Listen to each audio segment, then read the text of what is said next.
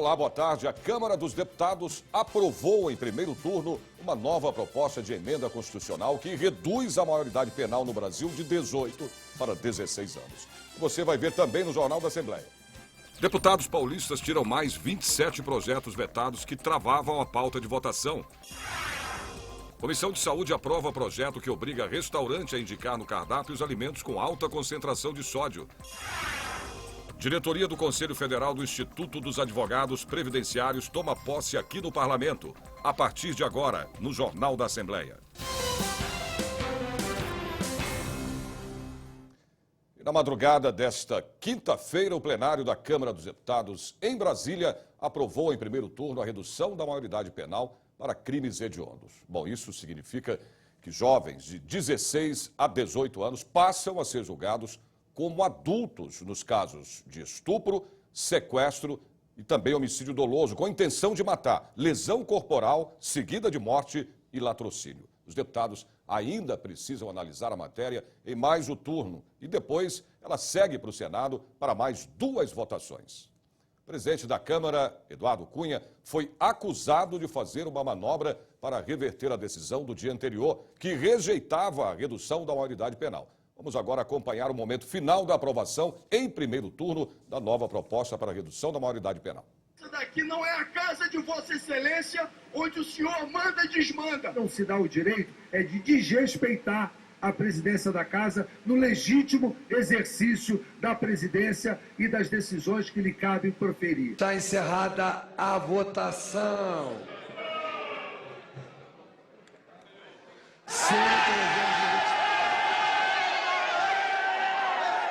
Aprovada, então, em primeiro turno, essa emenda aglutinativa da proposta de emenda à Constituição, que trata da redução da maioridade penal. 323 votos sim, 155 não. Votaram sim 323, não 155, abstenção 2, total 480, artigo 17.1, quórum 481, obstrução 4. A emenda aglutinativa número 16 foi aprovada. Presidente. A votação última agora consolida todas as votações. Quem votou na última agora consolidou todas. Quem tem comandante não perde a guerra. Está encerrada a sessão. Conheço o regimento, estudo o regimento e tenho uma excelente assessoria também na mesa que dá o suporte a todos nós. Nós não tomaríamos ou não tomaremos decisões nunca que sejam contra o regimento. Então não há o que contestar, ninguém é maluco. Bom, para falar sobre a aprovação da redução da maioridade penal, a repórter Viviane Cesarino conversa agora ao vivo com o presidente da Assembleia Legislativa, deputado Fernando Capês, do PSDB. Olá, Viviane, boa tarde.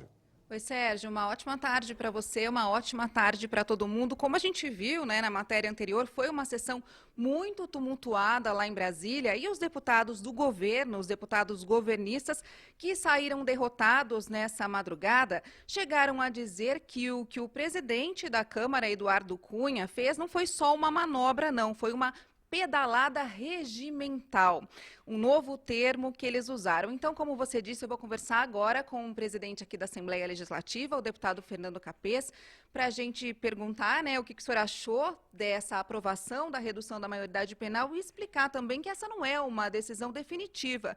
Os governistas prometem ir até o Supremo Tribunal Federal para mudar essa decisão. Boa tarde, presidente. Obrigada pela entrevista. Muito boa tarde, prazer estar conversando aqui com você, com vocês aí, telespectadores. Primeiro, uma explicação legal constitucional. É uma emenda constitucional, então ela tem que ser aprovada em 2 turnos na Câmara dos Deputados. Depois que ela for aprovada em 2 turnos na Câmara dos Deputados, ela vai para o Senado e tem que ser aprovada também em 2 turnos. Então foi aprovada agora por 3/5 da Câmara dos Deputados no primeiro turno.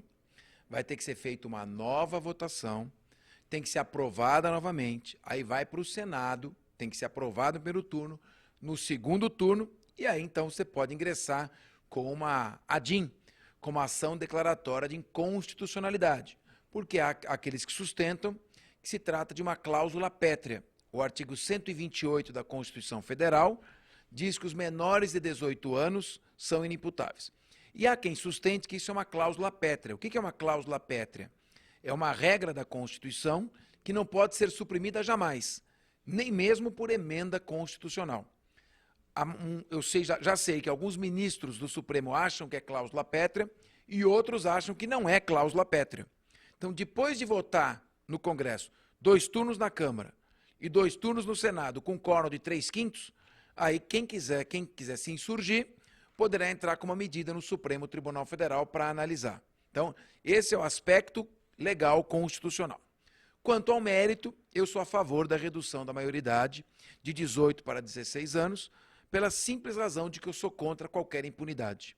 Político ladrão tem que ir para a cadeia, empresário ladrão tem que ir para a cadeia, aquele que pratica um crime tem que responder pelos seus atos, e quem tem 16 anos e já tem capacidade de compreender o caráter criminoso daquilo que faz, deve responder pelos seus atos. Eu não vejo como um menor que aponte uma arma para uma pessoa, como eu vi recentemente, roube o celular e depois gratuitamente dê um tiro na cabeça, como é que ele possa ficar apenas de 1 a 3 anos na Fundação Casa e depois sair. Não penso que isso seja correto. Claro que redução de criminalidade depende de uma série de outros fatores, isso sozinho não vai resolver, mas pelo menos vai dar uma sensação de justiça e reduzir a impunidade nesses crimes. O senhor é a favor da redução da maioridade penal para todos os tipos de crime? Por exemplo, nesse texto, né, aprovado ontem, que eles acharam que é mais brando, ficou de fora a tortura e alguns outros também. Não, eu acho que o ideal seria reduzir a maioridade para 16 anos para os crimes hediondos,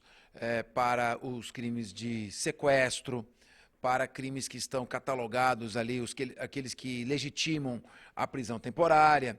Ou seja, os crimes mais graves seria o ideal, retirando a incidência dos crimes menos graves. Mas acho que isso é um pouco complicado sob o ponto de vista da fundamentação jurídica. Então, entre o ideal e aquilo que é juridicamente correto, eu sou a favor, então, da redução para todos os crimes. 2 deputados não votaram ontem. Apesar dessa aprovação, o senhor acha que a decisão representa a opinião da maioria da população brasileira?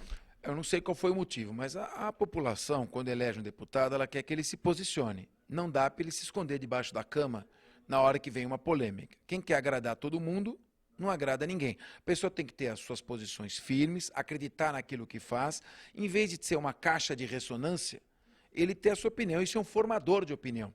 Então, estão de parabéns os deputados que são contra a maioridade, que são que são contra a redução e a favor da redução, mas que expressam a sua posição de maneira clara, fundamentada e arcam com as consequências positivas e negativas dos seus posicionamentos. Não dá para deputado ficar em cima do muro. Pois é, mas 24 mudaram de opinião na última hora. O senhor acha que isso foi uma vitória da articulação feita ali de um dia para o outro? Acho que precisa perguntar para o deputado. Provavelmente ele viu na sua caixa postal os protestos dos seus eleitores com relação à sua tomada. E aí é o que eu falo. Quem quer ficar tomando posição para agradar A ou B, infelizmente não vai ter sucesso. Ele tem que tomar uma posição que seja de acordo com a sua consciência, com a sua convicção. Ele está lá para exercer o seu mandato, é a sua oportunidade. Se quando ele está lá, em vez de exercer o seu mandato, a sua convicção, ele fica se preocupando em agradar todo mundo, ele vai ser um mau parlamentar. Então, espero que haja uma justificativa, mas eu não considero correto essa questão de mudar de opinião ou não ter uma opinião muito firme. Você pode até mudar de opinião quando você vê que está errado, mas de um dia para o outro. Só uma última pergunta, presidente. O senhor disse que tem mais uma votação, né, na Câmara, 2 turnos no Senado. Em algum momento essa decisão passa pela presidência da República? Não. Como se trata de uma PEC, a presidente se limita a promulgar a reforma à Constituição. Então, em primeiro lugar, não vai passar por ela, vai passar sim pelo Supremo Tribunal Federal. É o Legislativo e o Judiciário que vão acabar decidindo essa questão. Muito obrigada pelos esclarecimentos e pela entrevista. Viviane Cesarino para a TV Assembleia SP. Ok, Viviane, e eu quero aqui agradecer a presença do deputado Fernando Capês, presidente da Assembleia Legislativa de São Paulo. Bom, no último dia de trabalho, antes do recesso parlamentar, os deputados decidiram manter vetos e 27 projetos que estavam parados na pauta de votações. Bom, no primeiro semestre de 2015, 714 vetos a projetos foram mantidos e 7 foram derrubados. O objetivo deste trabalho foi limpar a pauta de votação e facilitar o debate de temas atuais em plenário. A força-tarefa para a votação foi fruto de um acordo entre os líderes de todas as bancadas partidárias da Assembleia. Em 1º de julho, o último dia de trabalho dos deputados antes do recesso, foram mantidos mais 27 vetos a projetos de lei, todos de origem parlamentar, que estavam parados na ordem do dia, o mais antigo de 1997. Como não serão mais transformados em lei, os projetos serão arquivados. Na mesma sessão, os deputados aprovaram a indicação de Marcos Pérez Barros para o cargo de diretor de regulação técnica e fiscalização dos serviços de energia da Arcesp, a Agência Reguladora de Saneamento e Energia do Estado. Foi aprovada ainda a redação final da Lei de Diretrizes Orçamentárias para 2016, a LDO, que traz as metas e as prioridades do Executivo que vão orientar a elaboração da lei orçamentária no 2º semestre. Com o recesso parlamentar, a próxima sessão da Assembleia Legislativa será no dia 3 de agosto. Uma audiência pública convocada pelo deputado Teonílio Barba, do PT, debateu a nova lei federal sobre as parcerias público-privadas. O marco regulatório entra em vigor no dia 27 deste mês. A Lei número 13.019, decretada pelo Congresso Nacional e sancionada pela Presidência da República, estabelece o regime jurídico das parcerias voluntárias entre a administração pública e as organizações da sociedade civil. Dá um caráter de pessoa jurídica às associações, valoriza a participação social e traz mais transparência às parcerias. Aguinaldo Lima, representante da Caritas Brasil, associação internacional que atua na promoção social, na defesa dos direitos humanos, da segurança alimentar e do desenvolvimento sustentável, elogia o novo marco regulatório. Diz que a legislação existente era inadequada e insegura. Hoje a gente tem muitos casos que parcerias de 10, 15 anos atrás, até hoje, as prestações de conta não foram aprovadas. Então, com essa nova legislação, regula isso também, traz mais transparência, principalmente a gente pode destacar que qualquer parceria hoje entre o poder público e as organizações tem que ser feita através de chamamento público. As organizações têm que dar transparência na prestação de contas. As prestações de contas também terão um prazo para ser avaliada pelo gestor e ter uma manifestação de aprovação. É uma discussão que permita que tanto o Estado quanto as prefeituras possam editar os seus regulamentos, as suas normas, que vão de alguma maneira dar o detalhamento desta lei federal nos seus municípios, nas suas regiões. Quer dizer, isso é importante, é saber como é que vão ser as parcerias daqui para frente. A ideia é ajudar o Estado a organizar realmente as associações, realmente fazer com que todos os municípios cumpram a Lei 13.019. Isso é muito importante para nós. Então, a ideia de debater isso é exatamente criar cada vez mais instrumentos na sociedade que consolide cada vez mais a democracia, que dê mais transparência para a sociedade. Saber agora da previsão do tempo. Uma quinta-feira de tempo nublado, com chuvas fracas em toda a região metropolitana de São Paulo. A máxima é de 21 graus. Em Campinas, tempo nublado. A temperatura cai no fim da tarde, a máxima é de 20 graus. Em São José dos Campos, tempo parcialmente nublado. A máxima chega aos 24 graus. Em Sorocaba, tempo frio e chuvoso, a máxima é de 21 graus. Em Ribeirão Preto, a previsão é de tempo parcialmente encoberto. A máxima chega aos 28 graus. Você vai ver a seguir, nova diretoria do Conselho Federal do Instituto dos Advogados Previdenciários toma posse aqui na Assembleia. Voltamos já já.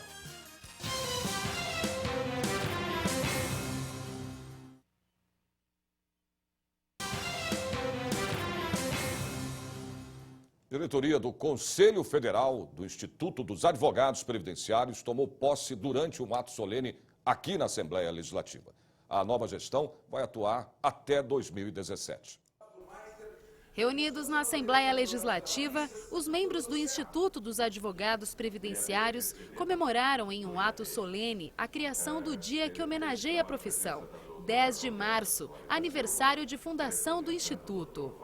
A iniciativa foi do presidente da Casa, o deputado Fernando Capês. A necessidade de garantirmos às pessoas uma tranquilidade de direitos na última fase de sua vida e de sua existência. E num país em que muitos direitos são violados, em que temos uma cultura de desrespeito à previdência das pessoas, ao direito das pessoas a uma aposentadoria justa, a presença do advogado e a valorização da sua atuação é fundamental para o equilíbrio democrático. Por isso, uma casa democrática como a Assembleia Legislativa não poderia evitar de apoiar entusiasticamente o trabalho de todos os advogados previdenciários. O encontro também marcou o lançamento anuário do Instituto e a posse da nova diretoria do Conselho Federal da instituição. Nova diretora, que é a doutora Luciana Farias, uma competente advogada e professora, e que eu estou muito satisfeito de poder entregar nas mãos dela hoje o Instituto dos Advogados Previdenciários, que tem mais de 3.000 associados em todos os estados brasileiros. É uma responsabilidade esse cargo como presidente do Conselho Federal desse instituto e assim, ainda mais nesse momento que o Brasil está passando por tantas transformações, então é uma responsabilidade, estamos aí para fazer frente a essas injustiças sociais que estão ocorrendo. Daqui a pouco, às 14h, acontece a audiência da CPI do Sistema Carcerário da Câmara dos Deputados. Vai ser no auditório Franco Montoro. Você pode assistir ao vivo pelo portal da Assembleia na internet.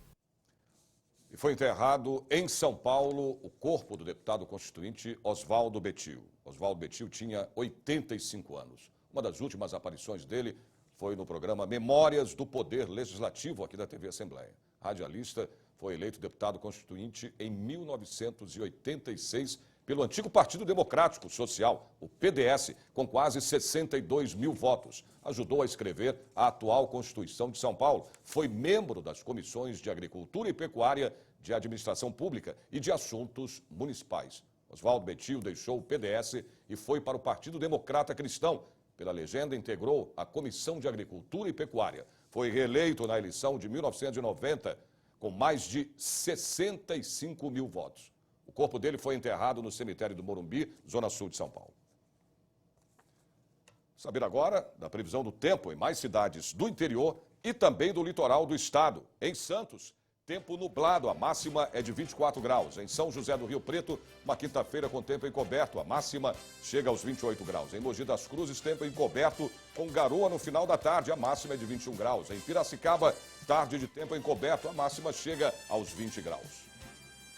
Comissão da Saúde aprova projeto que exige que cardápios de bares e restaurantes informem que alimentos têm alta concentração de sódio. Os detalhes depois do intervalo.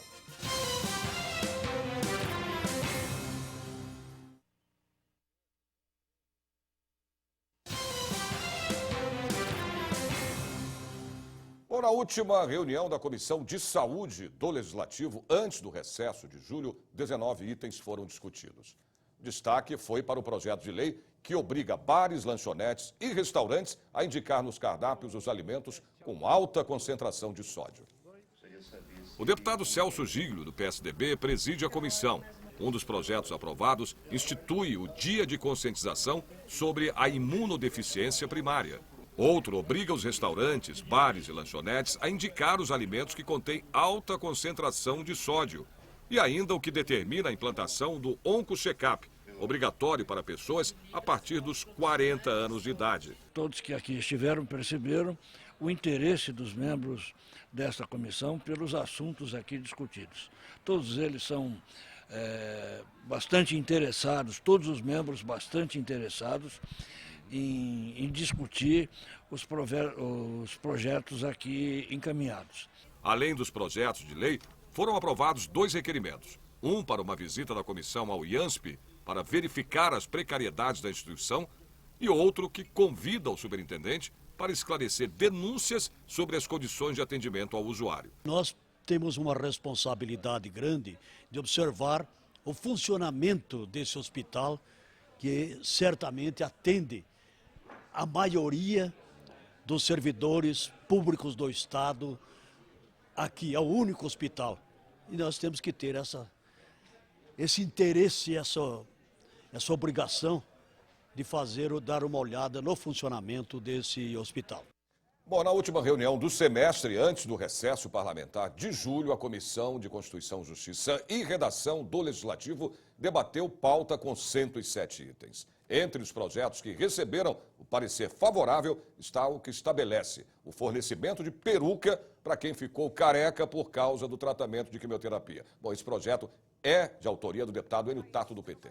Entre os aprovados, 2 tratam de falta de água, um problema grave que São Paulo enfrenta. Esse momento que nós falamos muito de água no estado de São Paulo e no Brasil e no mundo, mas de forma particular em São Paulo, é o reuso da água, tanto em lavagem de automóveis quanto o uso da água da chuva para as escolas do estado de São Paulo, foram projetos analisados e aprovados, pelo menos na constitucionalidade, juridicidade, e o mérito será depois debatido na comissão pertinente quando lá chegar. Outro PL aprovado foi na área da saúde, que deve beneficiar os diabéticos. Hoje, diabetes, lamentavelmente, é uma doença que acaba acometendo um número enorme de pessoas em todo o país, crianças, inclusive jovens. Então, um outro projeto aprovado foi um atendimento diferenciado pelo Estado quando se trata de um portador de diabetes. Após limpar a pauta, a comissão retomará os trabalhos a partir da primeira semana de agosto. Todos os projetos de lei, de iniciativa do Executivo, Legislativo, Judiciário ou Iniciativa Popular, que vieram para a Assembleia Legislativa do Estado de São Paulo, que adentra a primeira comissão que faz a sua análise constitucional, jurisdicional, jurídica, enfim, foram feitas todas as análises de todos os projetos. Não tem nenhum projeto pendente dentro da Assembleia Legislativa para ir daqui para frente para as comissões de mérito. Então esse acho que é um grande feito da comissão. É obrigação nossa, mas nem sempre é possível encerrar o semestre com todos os itens analisados, porque a quantidade é muito grande. Bom, e um outro projeto aprovado pela CCJR foi o que garante o abono de falta ao trabalho de pais e responsáveis por alunos para a participação de reuniões com professores nas escolas. Mas esse projeto é de autoria do deputado Carlos Gianazzi, do PSOL. Você ainda não fez as compras da feira esta semana? Então não perca a dica do Jornal da Assembleia. Agora você vai ver ao vivo com a repórter Silvia Garcia, que está no CEAGESP, quais os produtos que estão mais em conta e também os que devem ser evitados por causa da alta dos preços. Silvia, boa tarde para você. Boa tarde, Sérgio. Muito boa tarde a todos. Quem vai dizer o que está mais barato, o que está mais caro aqui é o economista que está do meu lado.